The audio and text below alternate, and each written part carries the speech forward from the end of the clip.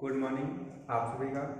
आज हम बात करेंगे केमिस्ट्री के एक ऐसे इम्पॉर्टेंट टॉपिक का जो शायद केमिस्ट्री के स्टार्टिंग का एक इम्पॉर्टेंट हिस्सा है। वो उसी के द्वारा माना जाता है कि उसी के द्वारा केमिस्ट्री की शुरुआत हुई और वो टॉपिक है आज हम पढ़ा है एटम।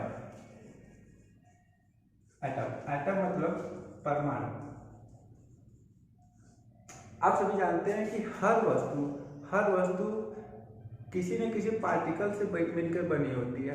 हर पदार्थ एक परमाणु का एक हिस्सा होता है, वो ऑब्जेक्ट चाहे जो हो।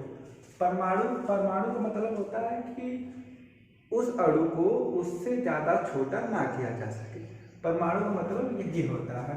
परमाणु को 3 भागों में बांटा गया है और कोई भी वस्तु को इन 3 भागों से छोटा कभी भी बांटा नहीं जा सकता है। तो पहले हम परमाणु के 3 भागों के बारे में बात करेंगे, कौन कौन से भाग है।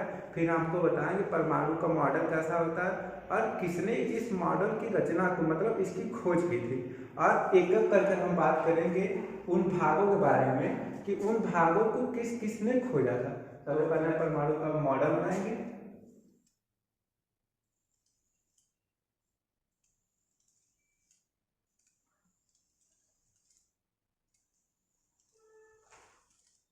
ये होता है परमाणु इसके बीच वाला हिस्सा प्लस होता है। प्लस इसमें न्यूट्रॉन और प्रोटॉन दोनों होता है। इस मॉडल की खोज की थी। पहले हम बात करेंगे इस मॉडल की खोज किसने की थी। परमाणु के 3 पार्ट, इलेक्ट्रॉन, प्रोटॉन और न्यूट्रॉन। तो सबसे पहले हम फोकस करेंगे रदरफोर्ड के परमाणु मॉडल पे और जानेंगे कि किस तरीके से इलेक्ट्रॉन, प्रोटॉन और न्यूट्रॉन कहाँ पे रहते हैं और किस तरीके से रदरफोर्ड ने पता लगाया। तो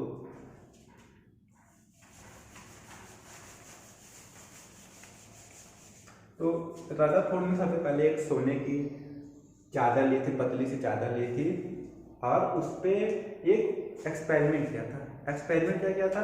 अल्फा परिकरण।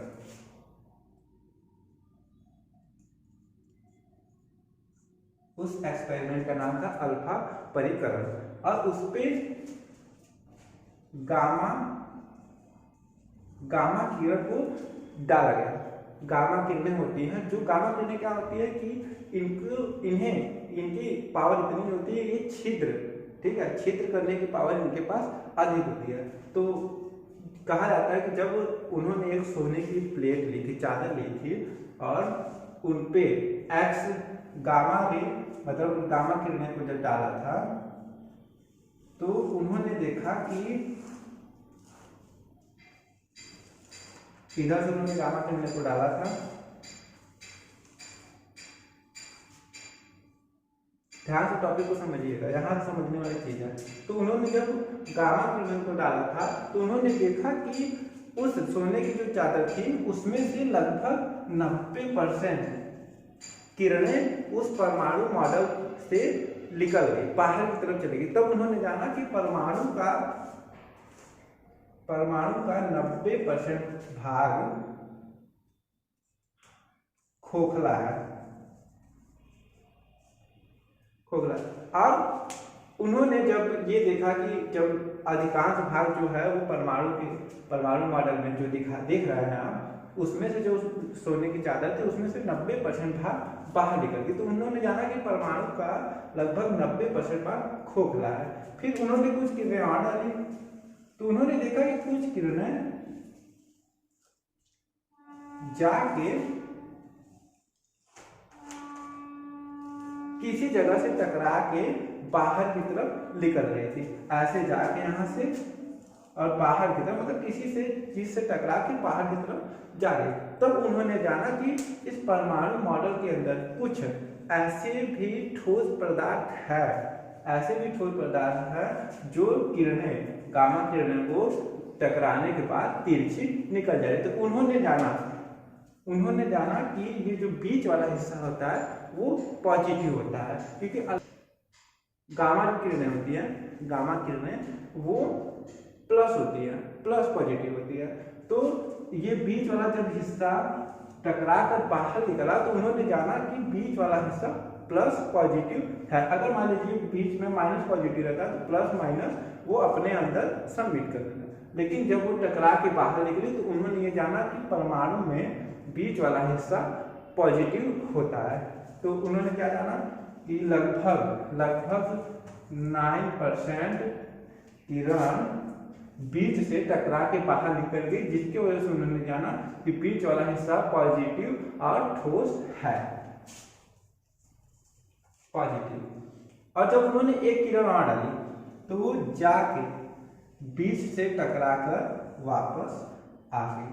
तो रदरफोर्ड साहब ने इससे ये जाना कि बीच वाला जो हिस्सा है वो एक ठोस एलिमेंट है, जिसके वजह से वो गामा किरणें बीच में जाकर वापस आ गई। तो हमने जाना कि परमाणु मॉडल का जो हिस्सा होता है स्ट्रक्चर, उसमें से 90% लगभग खोखला होता है और बीच का भाग पॉजिटिव होता है, और जो सबसे बीच का होता है जिसे बोला जाता है नाभिक, इसे नाभिक बोला जाता है। और बीच वाला जो हिस्सा होता है वो एक ठोस होता है। तो रदरफोर्ड को परमाणु मॉडल को बताने का श्रेय उन्हें ही जाता है। अब हम बात करेंगे कि आप इस सब को आप समझ गए कि आप ये जान गए कि परमाणु का लगभग 90% भाग खोखला होता है और बीच वाला जो भाग होता है वो पॉजिटिव होता है और बीच का हिस्सा वो ठोस होता है। अब हम जानेंगे कि इन मॉडल में वो 3 से कौन से भागों में बांटा गया है और उसकी खोज किसने की थी, और वो न्यूट्रॉन, प्रोटॉन और इलेक्ट्रॉन इस मॉडल में कहाँ पे रहते हैं।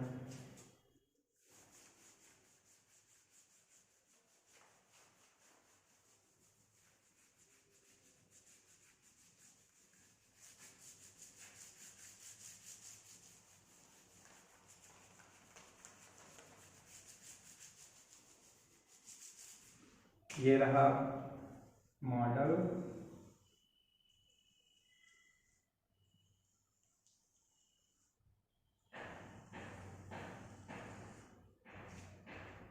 अब हम आपको बताएंगे कि वो 3 भाग कौन कौन से हैं। अच्छा, रदरफोर्ड ने परमाणु मॉडल का निर्माण किया और उनको सारा श्रेय जाता है, लेकिन उसके पार्ट की खोज अलग अलग साइंटिस्ट ने की थी, जैसे न्यूट्रॉन, प्रोटॉन और इलेक्ट्रॉन। पहले हम जान लेते हैं कि न्यूट्रॉन, प्रोटॉन, इलेक्ट्रॉन कहाँ होते हैं। सबसे पहले ये बीच वाला भी आपको बताया ठोस होता है, पॉजिटिव होता है, तो न्यूट्रॉन और प्रोटॉन दोनों यहीं पे होते हैं। रही बात इलेक्ट्रॉन बाहर की तरफ, जो ये नाभिक है, नाभिक उसके बाहर की तरफ फ्रीली घूमते रहते हैं। ये हो गया इलेक्ट्रॉन। तो अब हम आपको बताएंगे कि इलेक्ट्रॉन, प्रोटॉन और न्यूट्रॉन की खोज किसने की थी।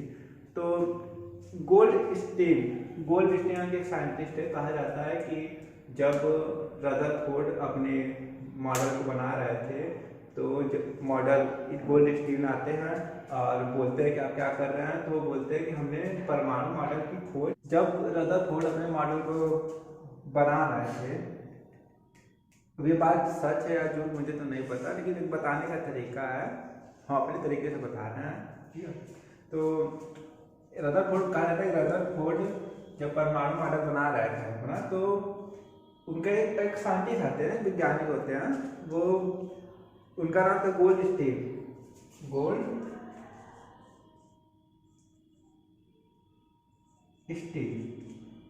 तो जब वो मॉडल बना लिए थे तो वो आगे बोलते हैं कि अब क्या कर रहे हैं, तो रदरफोर्ड बोलते हैं कि हमने परमाणु मॉडल बनाया है। रदरफोर्ड बोलते हैं, तो बोलते हैं अच्छा। तो वो गोल्डस्टीन आते हैं और यहाँ आते हैं और यहाँ पे कुछ करते हैं, तो कुछ निकलता है, तो जाते हैं रदरफोर्ड के पास जाते हैं और बोलते हैं यही है तुम्हारा परमाणु मॉडल। तो बोलते हैं नहीं, एक तब वो खुश हो जाता है, गोल्डस्टीन खुश हो जाता है, बोलता है कि हाँ हम भी खोज किए हैं तुम्हारे परमाणु मॉडल से, हम भी अब साइंटिस्ट बन गया है। तो इस तरीके से उसने गोल्डस्टीन जो था उसने प्रोटॉन की खोज की थी। इसकी खोज किसने की थी? गोल्डस्टीन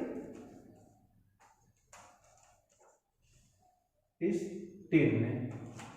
अभी हम लोग आप जानते हैं कि प्रोटॉन कहाँ होता है। फिर उसके बाद जब गोल्डस्टीन खुश हो जाता है और चिल्लाने लगता है कि अरे मैंने प्रोटॉन की खोज की है, प्रोटॉन की खोज की है, तो उसके कुछ देर बाद एक साइंटिस्ट और होता है जिसका नाम था चार्ली ने किसकी खोज की थी? न्यूट्रॉन। चार्ली तो चार्ली कहता है, तो बोलता है कि क्या हुआ, काहे इतने खुश हो? वो उछल रहा था, तो बोला कि काहे इतने खुश हो?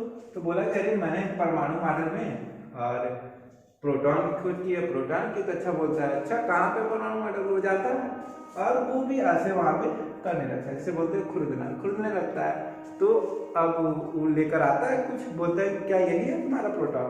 तो बोलता है नहीं, ये तो प्रोटॉन नहीं है। अब वो खुश हो जाता है, वो बोलता है अरे हम वो कुछ खोजे है। तो उसने उस चीज को क्या नाम दे दिया था? न्यूट्रॉन। तो इस तरीके से न्यूट्रॉन की खोज किसने की थी? चार्विक ने। चार्विक होता है, सॉरी, चार्विक। फिर उसके बाद बहु खुश हो जाता है, वो बोलता है कि अरे हम खोजे हैं परमाणु मॉडल में, हम खोजे हैं। तब बाद में आता है एक और साइंटिस्ट आता है जिसका नाम था जे